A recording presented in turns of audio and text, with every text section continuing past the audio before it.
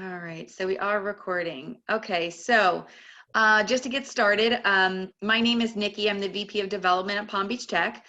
For those that don't know much about Palm Beach Tech, basically we are a tech nonprofit. We started just almost actually about 5 years ago. We will have our 5th year anniversary this summer. Started in downtown West Palm, grew out into Palm Beach County, and now have made a big push in about the last 9 or 10 months to become more of a regional organization. So you'll notice probably a lot of our branding now says South Florida Tech, and we're doing a lot of stuff. We have members from Miami to Martin County, which is great, you know, for everybody, because that way we can make a much larger effort and a much broader reach there. So to give you guys some ideas about some of the things that we do, our whole goal and mission is to build South Florida into a tech hub. So, you know, we try to offer educational resources through workshops and boot camps, work with our educational partners, also have a lot to do with the entrepreneurial and startup scene. We actually have 1909 under our belt as well, which is a co-working space, and work with a lot of startup companies as members. And then, of course, you know, we put on our tech talks and different speaking opportunities and panels. We have our new podcast, which that is definitely going to stay even after COVID-19 is gone, because that's going pretty well. But if anybody has any questions about the organization, please feel free to reach out to me. I will put my email address in the chat. And of course, you guys can visit www.palmbeachtech.org to find out more about our individual or corporate memberships and all our events coming up, including all the virtual efforts as well. But I'm going to hand it over to you, Larry. Don't want to take up too much of your time, and let you take it from here. Great. Thank you so much, Nikki. And thank you for inviting me to be a part of this. So, of course. I see a lot of names and a lot of faces, so it's nice to meet you all virtually, which seems to be our new model lately. So just a quick intro to kind of give you a little bit about my background. I have been in the IT industry for about 30 years in a variety of different roles. I started out as a developer and learned very quickly that was not the path for me. Mostly because my code was horrible. But so I've had several different roles within the industry over the last years. The last 20 years or so have been particularly in the IT staffing industry. So I've got a good bit of understanding and a knowledge of how things work within the hiring fields in the industry. For the last 3.5 years, I've been with Signature Consultants here in South Florida as part of their leadership team, and also overseeing their Florida operations. So that being said, you know, there is one side advantage for those of you who can see me. There is a side advantage to having all this gray hair, and that is having some experience with recessions. This is actually my 3rd recession that I've worked through. So I'm not entirely sure whether the recessions caused the gray hair, but I think they definitely had an impact on it. So I was telling Nikki beforehand, so we're going to spare you the PowerPoints. There's it slides back to why I did not stay in the development field. So I'm having some technical issues with PowerPoint today. So you'll be spared the death by PowerPoint today. We'll just kind of touch through this and certainly answer any questions at the tail end. So let's talk about kind of where we are right now and what we're going to call sort of the new reality. I'm sure many of you have heard the statement that this is the new normal. I hear that on the news all the time. I gotta be honest with you, I'm not sure I like that term because I think it kind of implies that we're just accepting this, and that we've accepted the fact that this is the way it's going to be.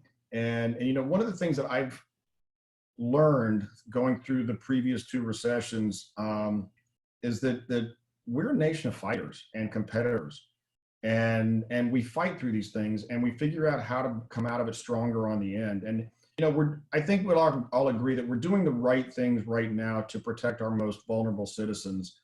But as this gets a little bit further and we evolve through this, I fully expect that we're going to come right back because of our competitiveness and what we're going to face. So, you know, I think with that said, you know, we all see the news right now, and according to what's popping up on every broadcast, you know, the primary focus is on COVID-19.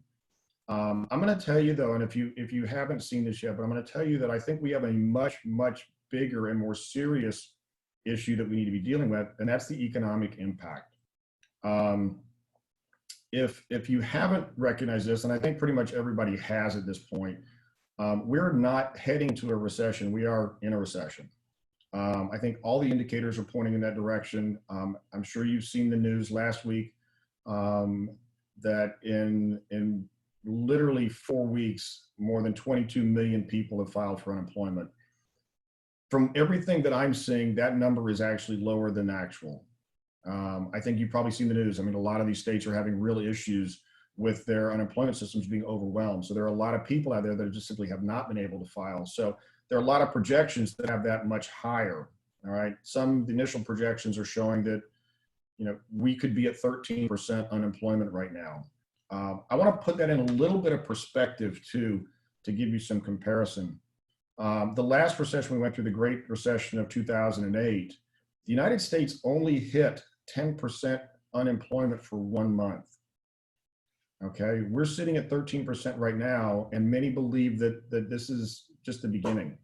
All right, there are several economists that are saying, including the Federal Reserve Bank, that are saying that they're predicting it could go as high as 30%. Okay, again, perspective, those are the same levels of unemployment we faced during the Great Depression.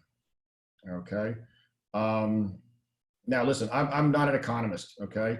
I try to stay up on it. I try to read about as much of this stuff and understand it. I'm more of an optimist than I am an economist. Okay. And they both end with IST, so we'll go with that. But I do see one of the things I've seen that is very different from this last recession is in the last 12 years, our economy has become so much more dependent on technology than it was back then. And that has been a huge thing. There's very few facets of our economy that are not driven by technology today. My hope and my belief is that while we're going to see several industries that are going to be impacted, all right, and probably for quite some time, whether it's through a supply chain trickle down or just the fact that they're just not going to rebound from this, I honestly believe that the technology industry is one that will rebound quicker based on the demand that we've got right now. And again, that's my hope. Okay. So you may be sitting here right now and basically going, oh my God, this guy's more depressing than watching the news. What is all this about? I wanted to kind of point it out and put a frame of reference around this, but I also want to say that there is some good news out there. Okay. And the good news right now is companies are still hiring. Okay. If you watch the news, it is very doom and gloom. Even if you're affected by it right now, you've seen it in South Florida alone. Of course, the cruise industry has been severely impacted. The hospitality industry has been severely impacted. We've got a lot of companies that have placed hiring freeze, a lot of furloughs. Okay, but I can tell you that there are companies that are still hiring quite significantly. Just over the last 2 weeks, I can tell you, as our company, so we have about 28 offices across the country. We've seen in the neighborhood of about 12 to 1,400 new positions that companies have come to us looking for. Okay, that is a positive thing. It's a very positive thing, and you're going to see some of these surges in different industries that are less impacted or actually will grow from this. So, so there is good news out there, but I can tell you it's a very, very different world. All right. I mean, let's be honest. Okay, if you're in the technology industry and you've been in that industry and you've been working for less than 10 years, there's a pretty good chance that you've probably not had to look hard for a job. All right. We've been very, very fortunate. We've been on the longest boom run in recent history. And particularly in the IT industry, we face negative unemployment. All right. I can tell you from our business, it's typically meant there are 3 jobs for every qualified IT professional out there. Okay.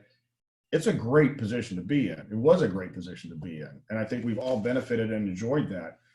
But I can tell you what I'm seeing right now and all the predictions that are coming out of all the major indicators right now is those days are likely behind us. All right. So what does that mean? Okay. When you look at the fact that we've got 22 million people now out of work, as jobs start to open up and we start to see more things, the competition for those jobs is fierce. All right. And it is going to impact how we move and how we guide things and what we look forward to. So there's a few things that you can do to set yourself apart, regardless of whether you're in a situation where you've been furloughed, okay, or whether you're still employed. As you're looking to grow your career or you're looking to get back to work, there are a handful of things that you can certainly do to increase your odds and increase your chances. Okay, so we're going to hit a couple of these, and hopefully these will be helpful. First thing we're going to talk about is plain and simple, the resume. All right, most of us probably have not updated our resume in a while. We were in such a great economy that you didn't have to. All right, you just kind of, people knew about what you were doing and you just jumped from one to the other. If you haven't created a resume, or if you haven't updated it in a while, I would encourage you to do so. But here's the piece behind this. If you're not a writer, then invest in a service, okay? Find someone that can help you with that. There's a lot of resume services out there right now, and a lot of them are very, very good. And the fees are relatively reasonable, okay? I mean, you can have a professional resume service for anywhere between, for $100 to, I mean, it can go up to $2,000 if you're looking at an executive resume. Most of us don't need that, okay? So for a couple $100, you actually can have someone really create a professional looking resume with all the right information, well written, well formatted, and best of all, no misspellings and typos. Now, I get it if you've been furloughed and this is a different time, this is a difficult time. A couple $100 may seem like a lot, but it could be one of the best investments you could make, because that becomes your brand. That becomes what's the first thing that employers or companies are going to see is that resume. Another piece that I will tell you as you're looking at that piece, and you've probably heard some of this before, is pay special attention to keywords, okay? In your particular field, there are going to be certain keywords that are very important. If you're applying to a job, be aware of what those keywords are, okay? And you'll usually find them in a job description or in examples. So why is this important, all right? And some of you may know this, but a lot of companies in the last few years have implemented sophisticated keyword search engines, all right?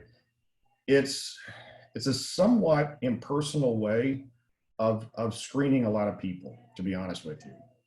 And typically what these processes will do is they'll feed the resume through this, they'll key on certain keywords. If your resume is missing more than X percentage of the keywords they're looking for, it's automatically kicked to the side, all right? There aren't a lot of companies that really take the time and read through the resumes. It's one thing that we still do very much so, but if you're looking at all your options, make sure that your resume does include those keywords that are going to get someone's attention. The other piece, obviously, you guys know this, but it never hurts to reaffirm it, okay? Utilize your network, all right? And what I mean by that is we tend to be a little bit reserved when we're asking for help sometimes, all right? Especially if we're out of work or we're looking for a job or we're looking for opportunities. And I think that's the perfect time to reach out to your network. And it may not be that they know somebody or they can help you immediately, but it may be someone they know, that someone that they know, and so on. But that's how you actually leverage that and take advantage of the opportunity to reach out and meet people and to build that network. Now, the next piece is actually kind of interesting. So there's a relatively, it's not a new concept, but it's certainly been thrust to the forefront in the last 4 to 6 weeks, and that's video interviews. All right, and it's very possible that a lot of you had a chance to actually do a video interviews. It was something that was a little bit of an exception prior to COVID-19. All right, and typically companies were using them if the candidates were remote. Well, like I said, by necessity, that's all we can do right now. All right. But the days of the old video interview have kind of long gone as well. All right. The days when we used to be able to sit back in a comfy t-shirt or sweatshirt, tablet in our lap, and we could kind of get comfortable and have a conversation and still get a job. Let me tell you, COVID-19 has elevated video interviews to a whole new level. All right. Just to give you an idea, just in the last week alone, our company did almost 1,400 video interviews. All right. In the last 6 weeks, it's been close to 7,000 video interviews. And I can tell you during that time, I've seen a lot of what not to do, okay? We could spend the next half a day going through all the examples of what not to do on a video interview. You probably have seen some of them, okay? There's all kinds of things floating around on the internet or on YouTube as far as some of the big mistakes.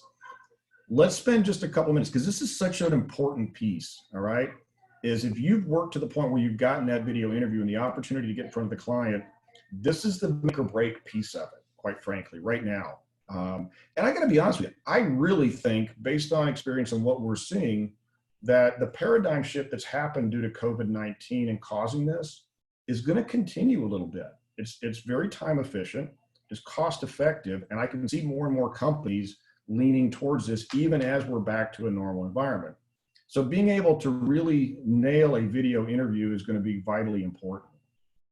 So let's talk about some of the do's.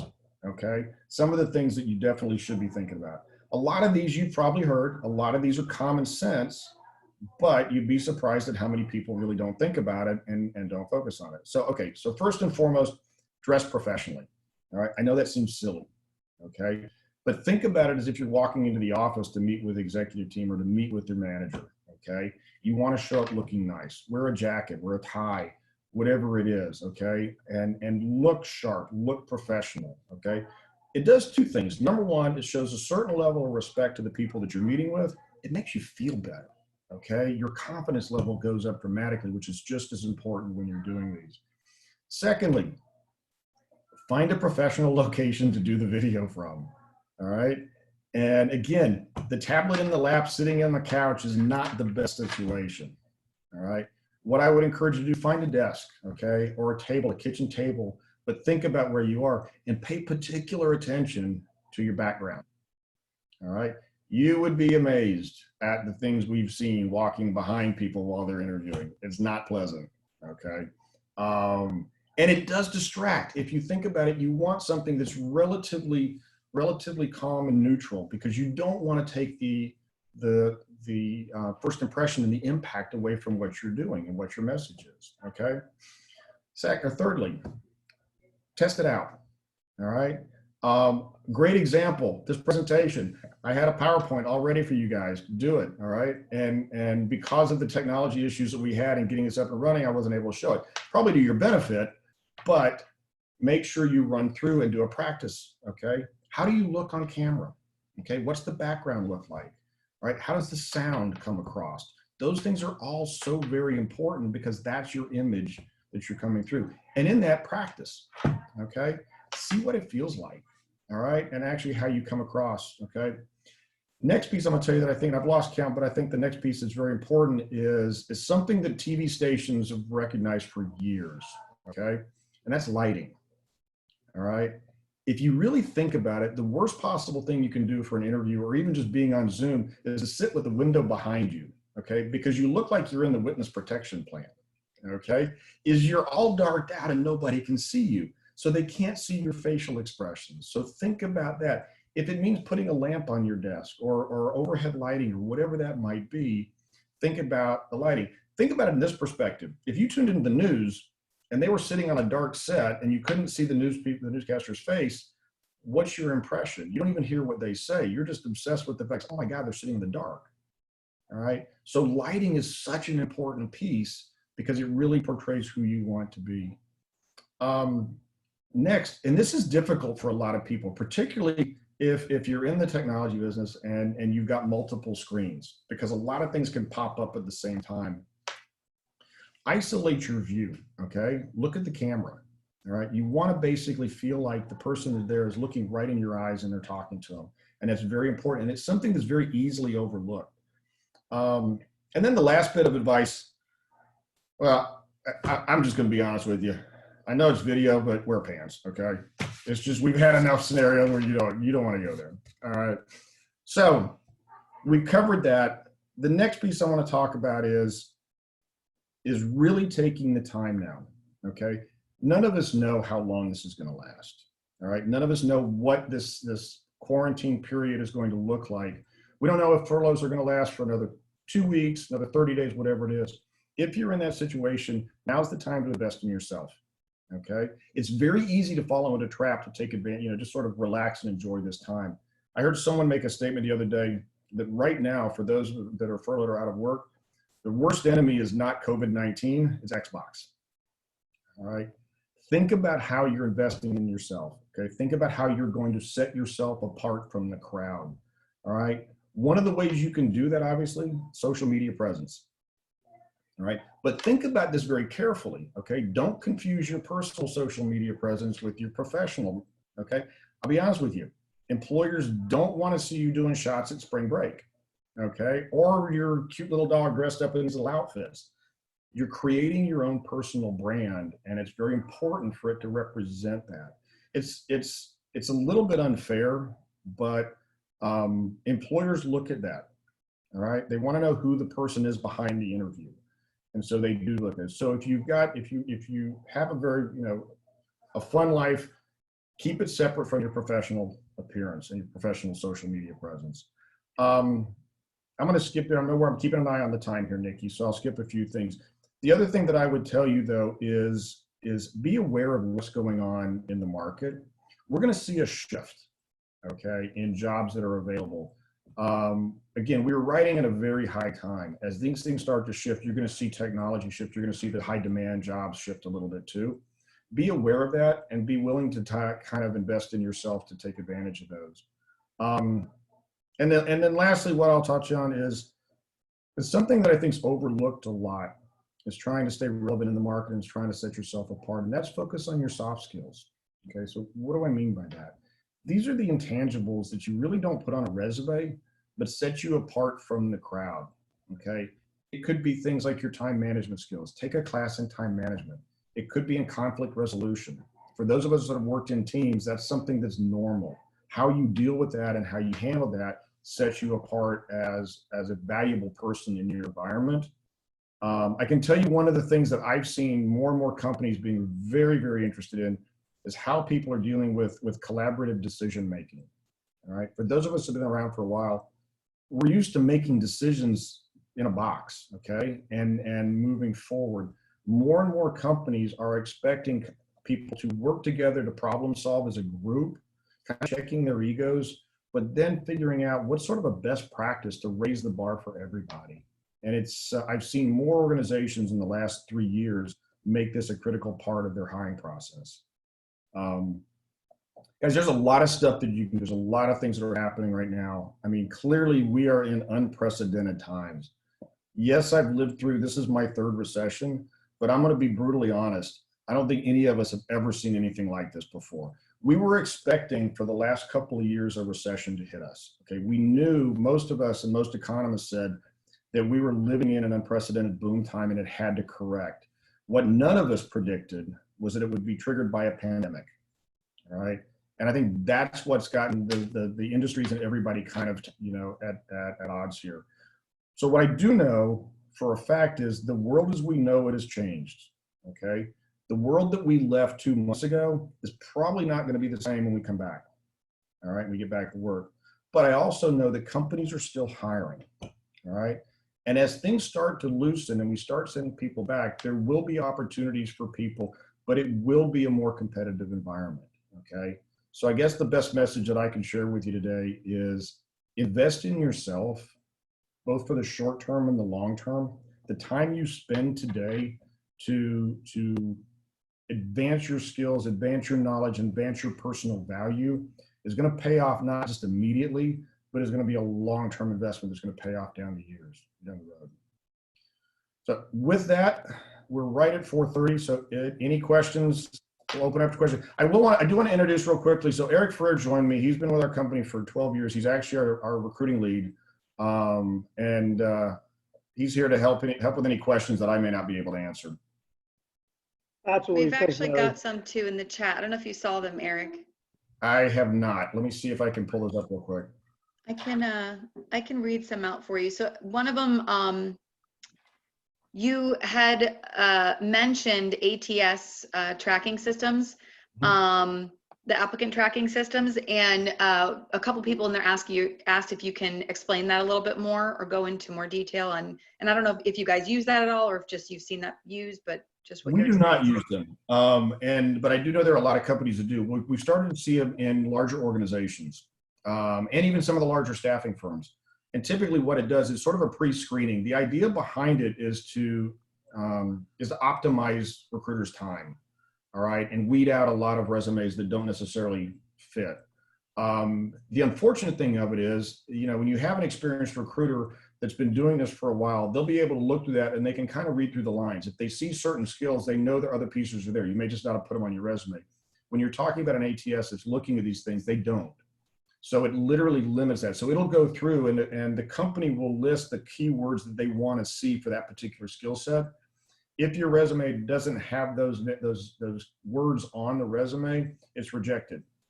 All right. And honestly, in most companies, there's not a process to go back and re-review. Mm-hmm. So it's an unfortunate technological advancement in our industry. Like I said, it's not something we use, but I do know a lot of companies do. Let me see. You've got a couple more in here. I did see a question about the green screen background. Yeah, somebody asked if that was a good thing or not.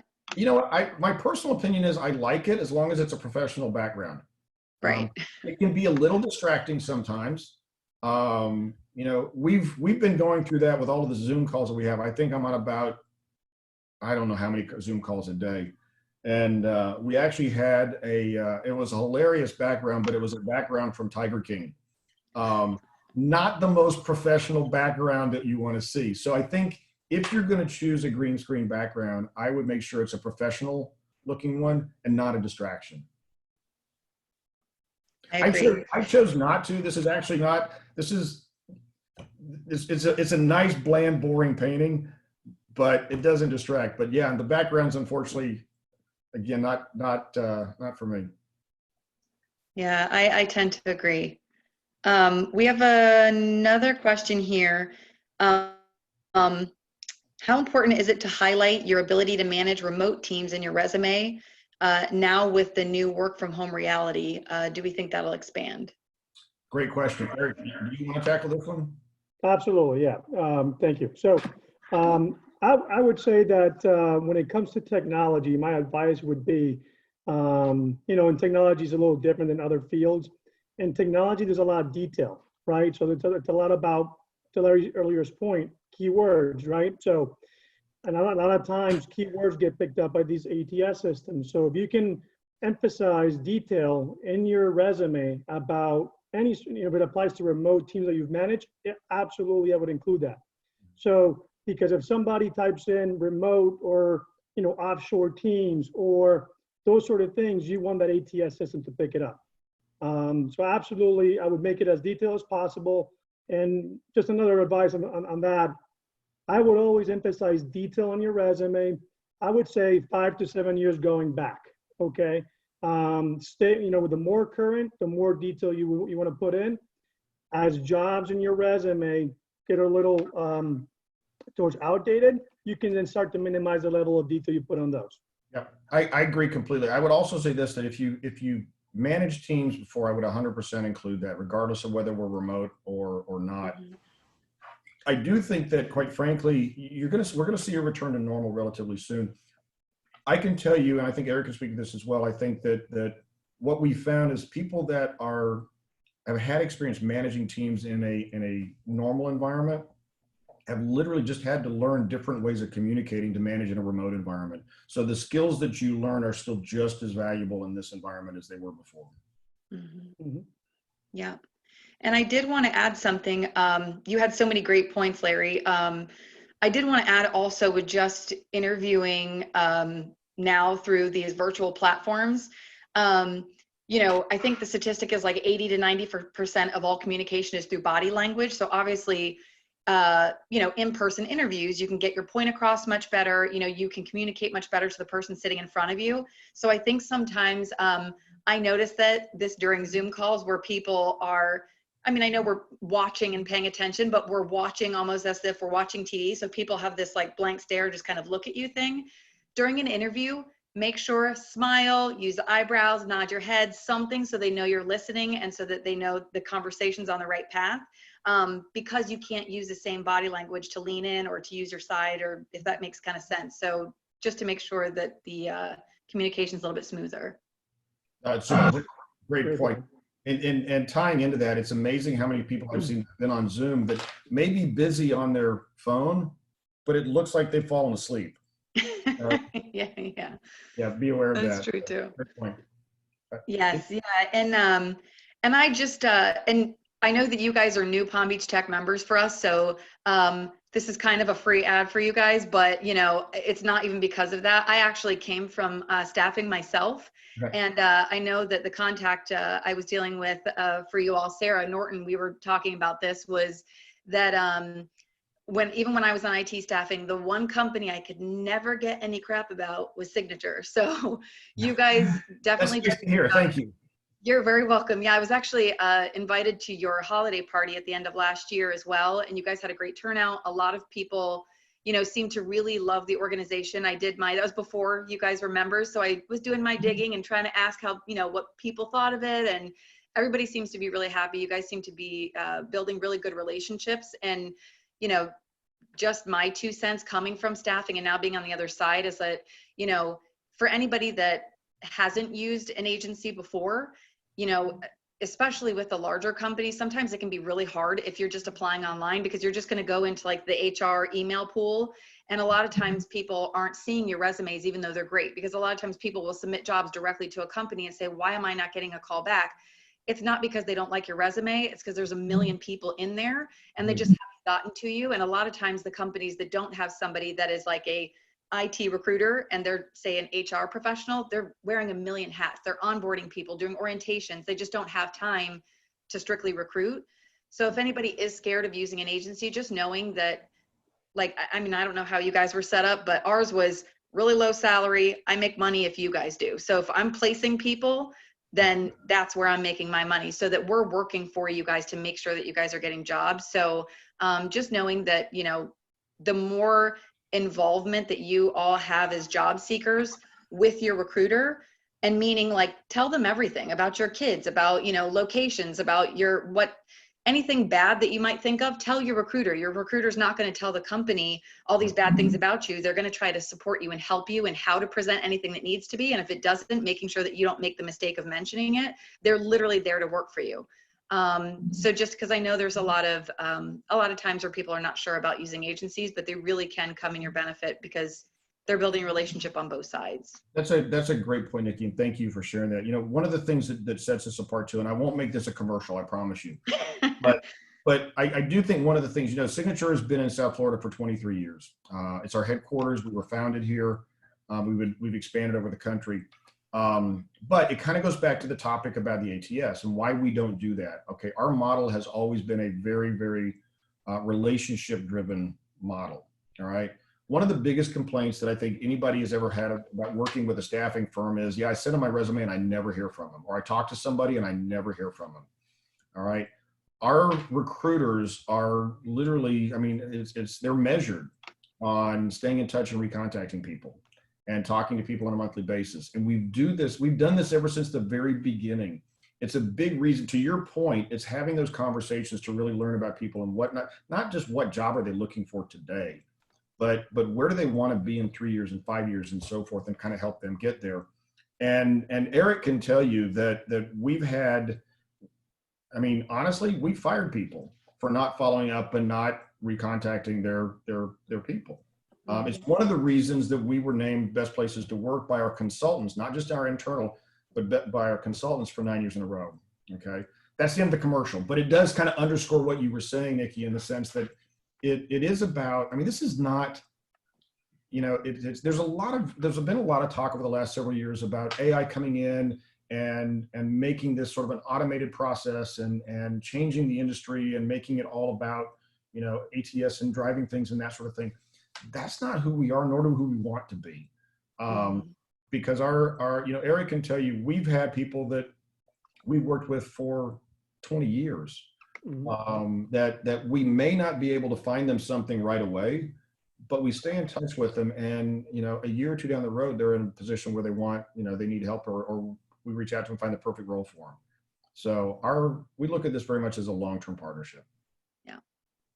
Yeah. So I will say this, if you want, and it was on my slides, but I will tell you, if anybody's interested in more information or any help that we can provide, The email inbox or the inbox address is FTL resumes, FTL resumes at SIG consult, CONSULT.com. I can actually, if you want, I can put it on, I can type it in the chat here for everybody. I don't type or fast, so bear with me.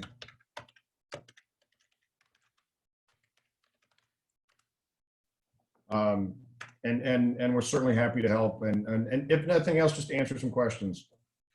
So I know there was one other question. I know we probably have to wrap up very quickly. I know there was one other question that someone asked about the interviews and the job orders that are still coming in, and said, can you expand on the types of jobs that are more or less available? We haven't right now, we haven't seen a huge shift in any one major direction. We do tend to see, particularly in South Florida, we do tend to see a little bit more on the DevOps side. We see a little bit more on the development side. I can say that probably over the last, and Eric, feel free to weigh in, but I think over the last 3 to 4 weeks, we've seen less in PMs and BAs and more on the technical roles. But I don't expect that to last. I kind of see that will shift again. Eric, you want to? Absolutely. Thanks, Larry. Yeah, what I would add to that, Larry, is up until about a month and a half ago, before COVID-19 hit, confidence was very high across the board for all companies, right? So I think companies are sitting out there waiting to get a little more certain around this whole COVID-19 thing. And one thing subside, I think there's going to be a ramp up in hiring, right? To your point, Larry. So it's all about confidence, right? So I would say in technology skills, it's like the ones you mentioned, Larry. Definitely right now, it's all about technical skills. And I saw a couple of questions in the chat about, what jobs are out there still, or if somebody's an entry level, what should you look for? I would say anything to do in coding, testing, DevOps, cloud, big data, any of those sort of skill sets are still in high demand. And to your point earlier too, Larry, about the whole remote, this could change the pattern and how we move forward. A lot of companies, might allow a lot of these jobs go remote. We don't know yet, but it could be a big shift. So going back to the whole functional roles, PM, BAs, kind of what you alluded to, project managers, business analysts, they're going to come back once confidence restores in the market. So that's my take on that for now. Nikki, do you want us to address more of these questions, or do we need to wrap up? Basically, let's see. I've been letting the calls go to about 45, so we've got a couple minutes just to be aware of everybody's time. So I noticed one here. They asked about basically if you're it says, I heard nowadays you can't even apply for a job directly anymore. Entry-level jobs get 200 plus applicants. No point applying through Indeed, LinkedIn, ZipRecruiter, etc. If you don't have connections, how do you get a job? So my recommendation in that case, absolutely reach out to a search firm, reach out to a staffing firm. And the reason I say that is, again, if you look at, and we're not alone in this, okay? But if you look at someone like Signature, we've got 23 years worth of relationships with companies. Companies tend to, they tend to rely on people like us, okay? Because we know what to find, we know the screening, and we know how to actually go through the process, as Nikki was saying, to make sure that we're finding them the best people or the right people for that role. If you don't have connections and you don't have a network and you're just getting started, but you do have some experience, I think that's your best place to start is talk to a staffing firm that can also kind of give you some ideas on what the market's looking like, where to look and when. And I can tell you, for example, with Signature, if we talk to somebody that we just don't have anything or we may not be able to see something, we'll still stay in touch with them, but we'll also give you ideas on where you could go and look as well. So. Can I add to that, Larry and Nikki, sure, if you don't mind? And obviously, as you're looking to work for with a staffing firm, be selective, right? Think about the things that how you want to be treated, and think about how you go about that. So look for things like responsiveness. Do they respond to you? What's their urgency? Are they calling you frequently, right? Even if they don't have a job, are they calling you just to touch base and understand what's going on in the marketplace? Are they sharing information with you? Are they giving you tips and advice on what to do with your LinkedIn profile, your resume? So look for all these things. So make sure you can trust. If that's us, great. If not, whoever you're working with, whatever recruiting company you're working with, make sure you can trust them. Okay. Eric, I think that's a perfect segue, because one of the other questions was, so how do you find the right staffing firm? How do you find a staffing firm? I think Eric hit the nail on the head. I think it's like anybody else. I think you kind of interview them. All right. And yes, the market has changed. And yes, there is a supply and demand shift. But at the same point in time, if you're going to work with a staffing firm and you're going to trust them to help you find something, they need to be trustworthy. And I think it's worthwhile to, you know, reach out, see if you can call them. If they don't call you back, they're probably not the ones that are going to work hard for you. All right. And I think that's what you want to be looking for. It is frustrating. Listen, I know it is. There's a lot of firms out there. And there's a lot of firms that I can tell you the last recession, almost a third of the staffing firms that were out there were not in business when it was over. And I would not be surprised to see that again. The ones that actually are going to take care of you, the ones that are going to work with you and help you advance, are the ones that you know, will still be here. So I honestly wish that there was a website where you could go, almost like the doctor review, where you could go in and you could actually put a staffing firm's name in there, and it would tell you all the good and bad and you know, what you're going to. Glassdoor is a great resource. I know Glassdoor is a lot of times is approached more by consultants or by internal staff. I do know for staffing firms, you'll see comments from consultants on it as well. So that's a great place to start. Yeah, and if I can just add also is, for those that, because I've been getting a couple of emails and private messages, is, you know, I know people are like, okay, it's a really difficult, you know, skill set that you have to find a job for, or you're trying to get into this larger company where there's going to be this big pool, or I'm entry level and I'm struggling and I don't know what to do or whatever. You're like, okay, it's an easy decision for me to use a staffing company. But people are asking, like, you know, what other things can I do to get connected and educate myself? Is literally do what you're doing right now. Get involved in nonprofit organizations, get involved in the community, go to networking events, attend workshops and boot camps. There's so many things out there that you can do that's free or very low cost that'll help connect you to those key people in the community and to just educate yourself in general.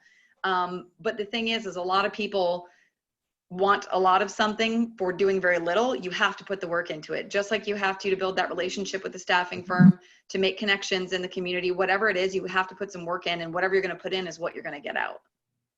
Agreed. Couldn't have said it better. That's awesome. Any other questions? I know we've run over, but. Yeah, I've got we just have some, like, a lot of questions there about like the jobs and contact information, things like that. So I was going to ask you, Larry, because I know you weren't able to show the slide, if you want to email me that with whatever contact information you'd like me to use, I can send that out, because I'm going to send out a summary email at the end of the day today to everybody. Perfect. Be happy to do that. Perfect. Yep. Perfect. Well, I think that's about our time. So I just wanted to say thank you guys for coming on, and for, you know, you actually did a really great presentation, you know, touched on a lot of different topics there. And thank you, Eric, for joining as well. And of course, everybody that came to the Zoom call today. Thank you, Nikki. Thanks for asking us, and thanks everyone for your time. Of course. Thank you. Thank you all. Thanks for having us.